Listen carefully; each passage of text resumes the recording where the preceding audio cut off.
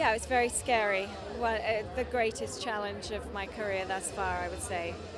And I like to think that I've taken some risks before, but this one was very scary. Yeah, to take possession of a woman that everybody feels they know so well. It focuses on the last 2 years of her life, and quite a lot takes place in that 2-year period. And you know, the separation between her and her husband Charles, and then also breaking away from the royal family, and I think that would be hard, like unbelievably hard. And through this love story, it seems that she was able to reinvent herself and gave her the confidence that she needed, and got to reclaim her identity. She achieved a lot of great things in that period, in work especially, and in happiness, I think. I just hope that it reminds people of all their good memories they had of her, and you know, I think her legacy has been a little bit confused because of so much focus on the events and the months leading up to her death. But there was so much that she really did, groundbreaking work, and I think it's nice to remember that.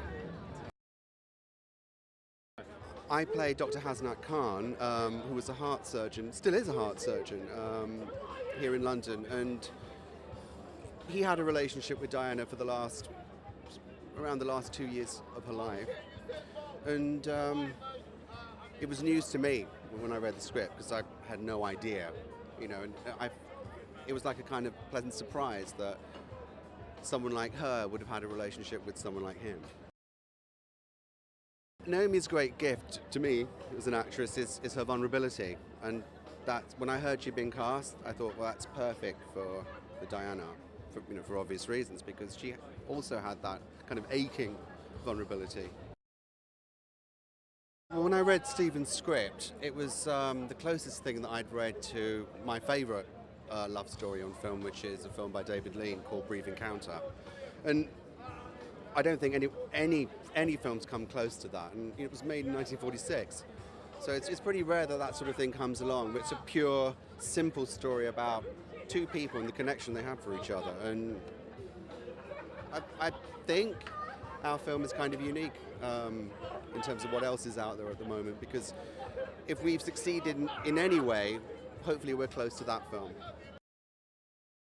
Her love affair with Hasnat was more than just a love affair. It was because he was a healer. He was a doctor. He was someone trying to make the world a better place, and that connected in her mind, in her heart, with her desire to help the human race. And I think after she'd been through that affair, through that relationship, she was much more focused in her work, as witness her work for AIDS charities and the landmines. And her work in those areas means that there's, you know, thousands of people today who are alive, thousands of people who've fully in possession of all their limbs.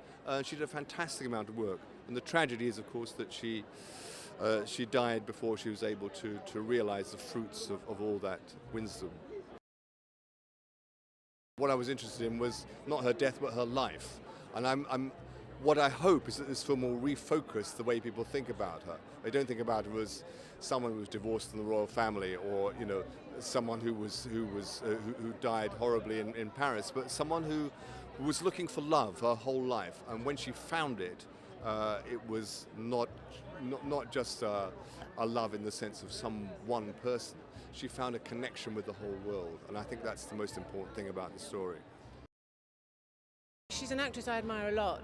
I first saw her in Mulholland Drive. She's a wonderful actress, and really inhabits who she's playing, and I think she's brilliantly captured the spirit of Diana. I mean, Naomi's smaller than Diana, and, you know, not physically a sort of doppelganger, not a complete look-alike, but she's done an amazing sort of immersion into Diana's spirit and her mannerisms and her way of looking out at the world and way of hiding from the world. And I think she's really understood her, and probably done Diana a great service, I think, you know. I suppose with all stories, you take a protagonist who on the face of it may not have a lot to do with the public, after all she was very wealthy, very privileged, very remote to most people. But of course, the thing about Diana, as we know, is that everybody felt they could identify with her.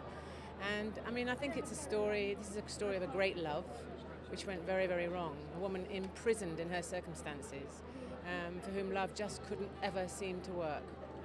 She never knew quite who to trust, she never knew, and then she finally finds somebody who really does seem to love her for her own sake, on her own terms, and then that's sort of sabotaged by Diana's situation, and finally I think it's a story about, loneliness. It's an amazing portrayal of a kind of very privileged loneliness, and love and loss, and it's a wonderful story. I didn't know much about Diana, and I started reading and was surprised about all the details that I had no idea about. And then I was totally sucked in, because it's a love story. It's a very touching, moving, sad love story, and I always wanted to do that.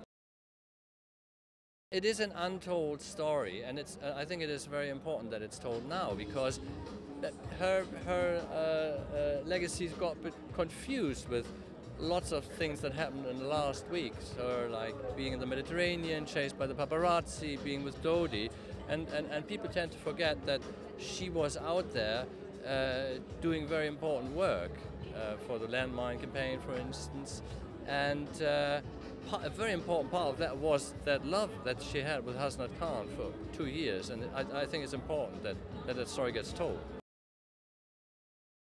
Everybody told me they enjoyed each other tremendously. They had a lot of fun with each other. They were mocking each other and would like fool around, and at the same time they shared that humanity. And it was a very deep, serious relationship. Naomi is the only one who could pull this off. I'm absolutely certain about that. She's a trooper. She's unbelievable how she does it. She keeps talking about, how she got into the way of talking and the way she did this stuff with the eyes. Yes, that's true. It's amazing. But the key thing what an actress does is it comes from within, becoming that character, and she does it in a way that's stunning, really. It was sometimes like watching a ghost, really.